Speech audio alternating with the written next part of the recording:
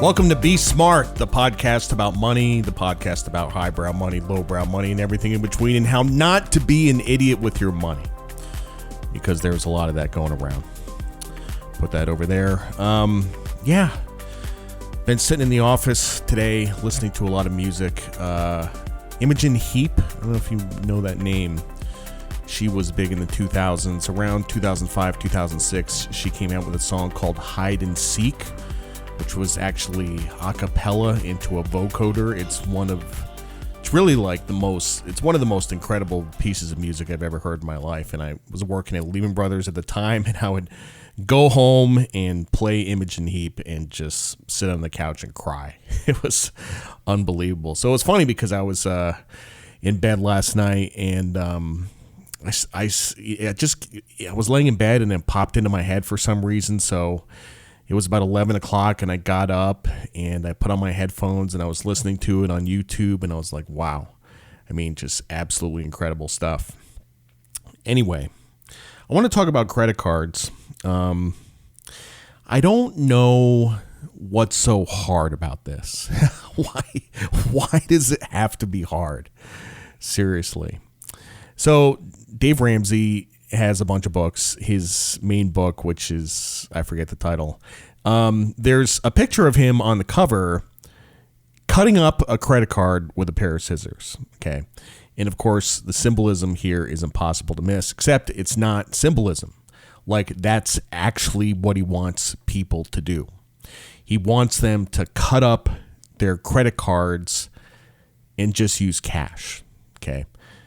Now, I like cash a lot. I like using cash. I prefer to use cash over credit cards.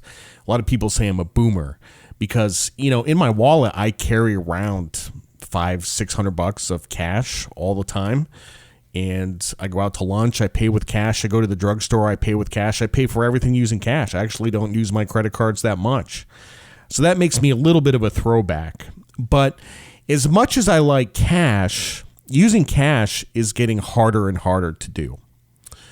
There's a lot of stores and restaurants that don't accept cash. There's one here in Myrtle Beach. It's called Co Sushi. It's the sister restaurant of a restaurant called Co in Charleston. It's Co Sushi in Myrtle Beach, and I like it a lot. But they don't accept cash. They have a big sign in the front, no cash, credit card only. And I'm like, okay, well, if you were following the Dave Ramsey plan, you couldn't eat at Co Sushi because all you have is cash. Also, I've never tried this, so I don't really speak from personal experience, but trying to get a hotel room or renting a car using cash is got to be a big pain in the ass. So, I mean, it can be done, but I don't really want to spend my time doing that. And Amazon. How do you buy stuff off of Amazon with cash? You don't. You have to link up a credit card. There's no way around it. And I'm not like the world's biggest Amazon user, but there's these cat food shortages in the grocery stores, and I have to buy cat food on Amazon or Chewy or whatever. You got to use a credit card.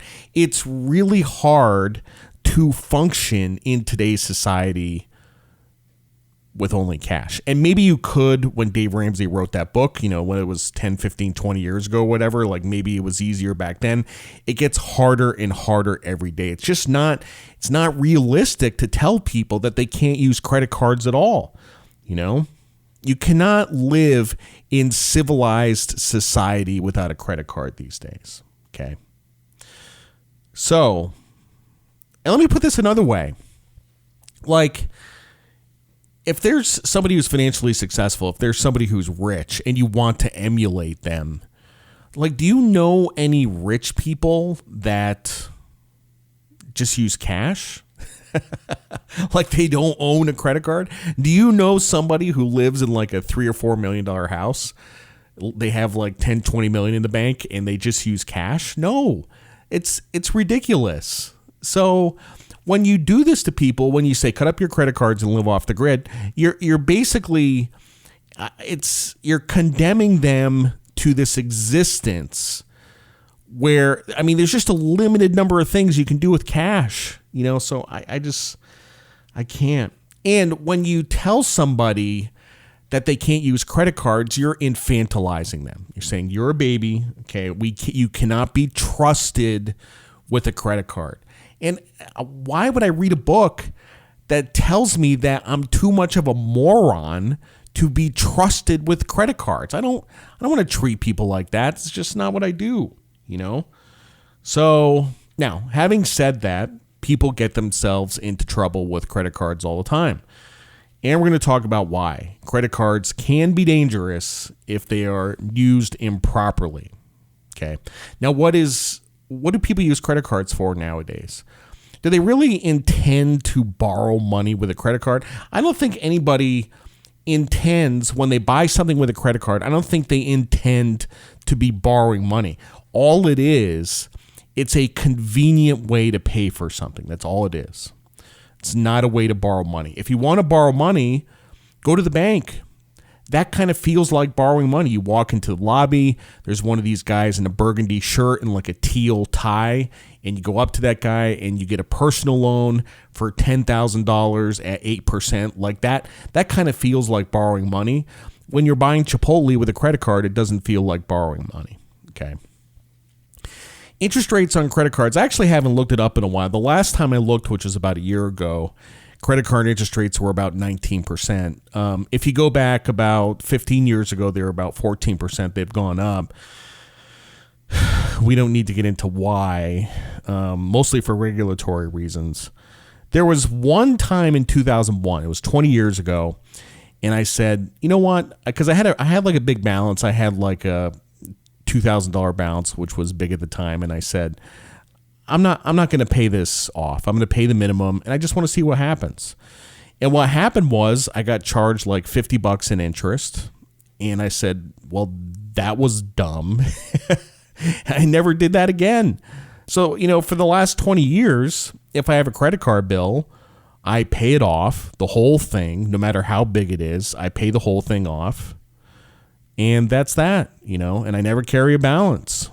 So the problem is sometimes people get to the end of the month and they get the bill and it's a surprise. They're like, ooh, wow, I didn't mean to charge that much. And it's a surprise. And that's the problem. Okay. And then they can't pay the balance in full. Then they have a balance on their credit card. Then they're getting charged interest on it. Then it happens the next month, and it happens the next month. And, before you know it, you got $30,000, $40,000 in credit card debt, and you're getting charged a couple $1,000 each year. Okay. This doesn't mean you're a bad person. Okay. And it doesn't even necessarily mean that you have a spending problem in some cases. I mean, really what this is a lack of organization. It's a failure of planning. Okay. And you need to set a budget for your discretionary expenses each month. And I do encourage people to do a budget. And if you do a budget and you can say, okay, I can spend $1,000 each month on stuff, on lunch, on toys, on medicine, on whatever. I have $1,000 I can spend each month. This is the solution. Okay. See, because people lose track. They lose track of what they spend. They go to Chipotle, they go to the vending machine, they buy something on Amazon, and they get to the month and they're like, oh shit, I spent too much. It's very common. Happens all the time. But there is a solution to this. Now, nowadays, we all have smartphones. There's an app for the card on your phone, whether it's Amex or Capital One or Citi or whatever. And you just go into the app and you check your balance. You can check it once every 2 weeks. You can check it every week. You can check it every day. I mean, if you're really worried about it, check it every day, and see how close you are to the spending limit for the month. See, that's the good thing about cash. If you have $1,000 in cash for the month, once you spend the cash, you're out of cash and you can't spend anymore. Credit cards, you can keep on spending up to your limit. Okay. So, like I said, this is a question of organization and discipline more than anything. Okay. You do have some options. You can use a debit card instead of a credit card. That is an option that is available to you. Or you can get something called a secured credit card, which is pre-funded with cash, and it's sort of like a cash equivalent. Like once you get to the limit on the secured credit card, you're just out of money and you stop using it. Okay, so that's also a possibility. Back to Dave Ramsey.